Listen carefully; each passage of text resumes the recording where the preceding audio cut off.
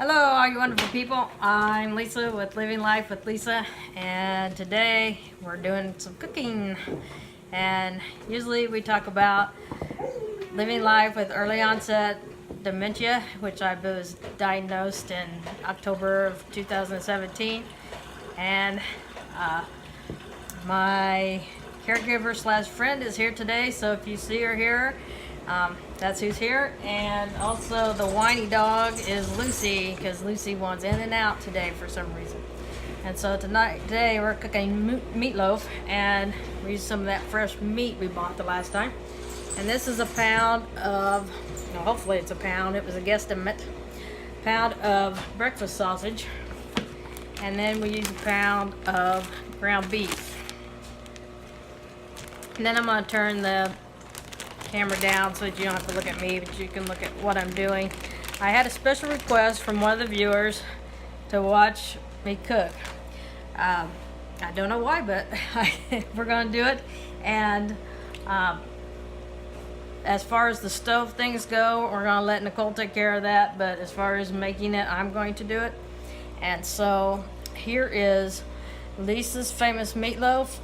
According to my children, it's the best meatloaf in the world. And so you're welcome to use this recipe. I think it's pretty good. And my children refuse to eat any other meatloaf. They don't think it's as good. So it gets a thumbs up at this household. So here we go. So take my two meats and let's mix them together so that there's equal amounts everywhere of the sausage and the hamburger. And I should have got a paper towel or something to wipe my hands off with. This part's very cold. Get your hands frozen. But you work it around, work it around.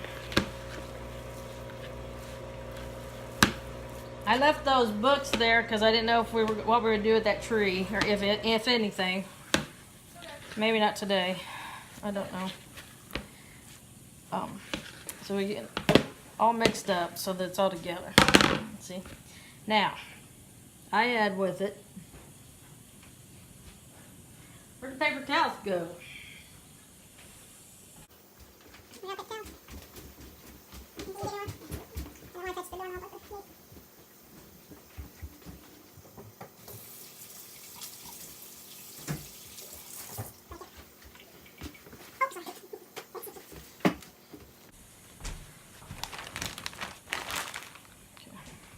Okay, then 1 egg.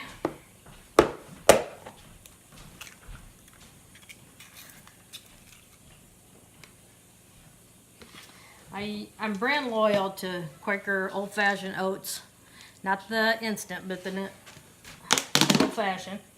I may have to add some off-brand because I'm not sure I have enough. But this is I use instead of breadcrumbs. I use oats instead of breadcrumbs. Then add a ton of ketchup. Nope. First, minced onions. Hope you can hear me over the dishwasher. But open this. Maybe. Apparently I haven't used this bottle yet. Got it.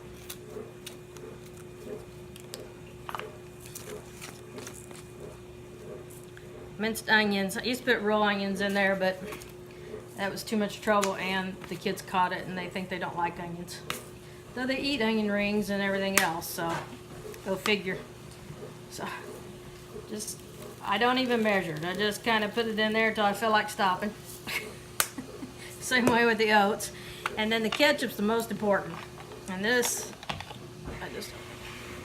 and the best way to do the ketchup I found is to get a new bottle and open it up, because one, it's not as cold, and two, I use a lot. I use almost half of one of these huge bottles inside it, and then about 15 minutes before it's done cooking, and I put it at 375 for an hour. 15 minutes before that, I go on the top, make a little design, and it kind of glazes the top of it, and then the kids dip it in ketchup, so it's all about the ketchup. Maybe that's why they love it. Because I don't know about the rest of the country, but in Indiana, ketchup is a vegetable.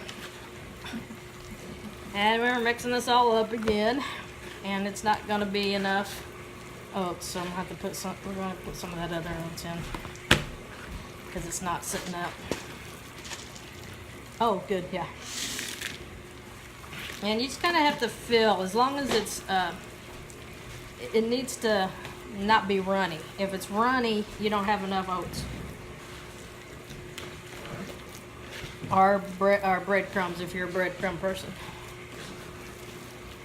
And this is a recipe I learned from my mother, so I don't know how far back this one goes, but it really is very good.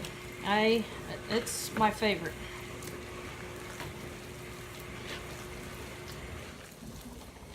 And I'd just like to point out, just real quick, because I was also asked by another viewer to point this out, that all arrangements have been made for my children when and if the time comes that they need extra care and I can't care for them.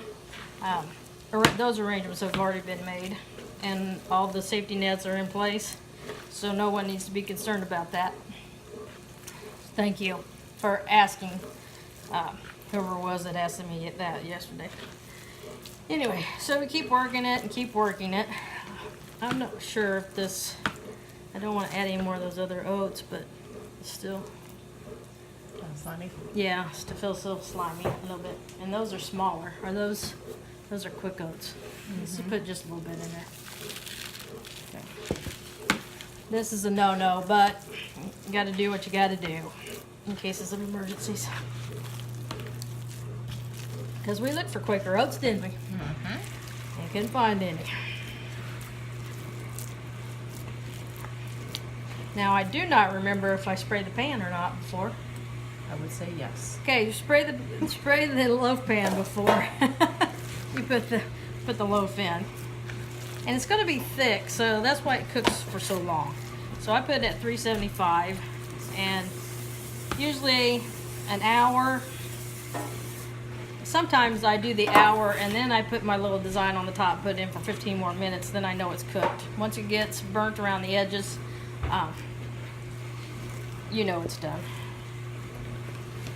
I'm going to take my loaf pan,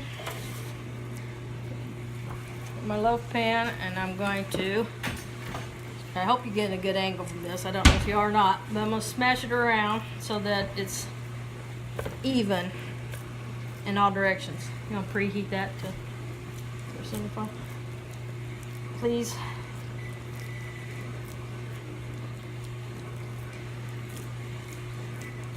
So it's a pound of sausage, breakfast sausage, pork sausage, a pound of ground beef. This is all fresh. We got it at the butcher shop the other day. And also 1 egg. However much onions you feel like pouring in there, go for it. To taste, oats until it's not slimy. And then I'm leaving something out. Oh, ketchup. Ketchup just to how you feel. I use this time quarter of a bottle. I used to there. And this is a 38-ounce bottle of ketchup, so that's a lot of ketchup if it was in a normal size bottle. And it's done. All it has to do now is go into the oven. Voila. Now I'm getting ready to put the ketchup on.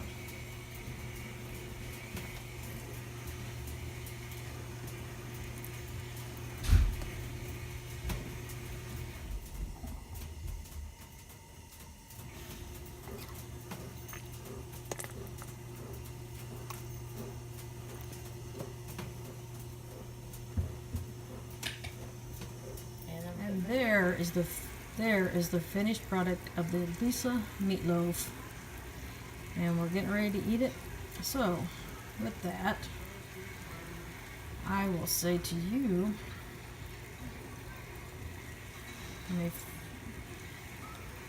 See you on. Have a great evening. Have a great afternoon. Great morning, whenever you're watching this. Remember to live life to the fullest, live life with no regrets, and we'll see you the next time. Bye-bye.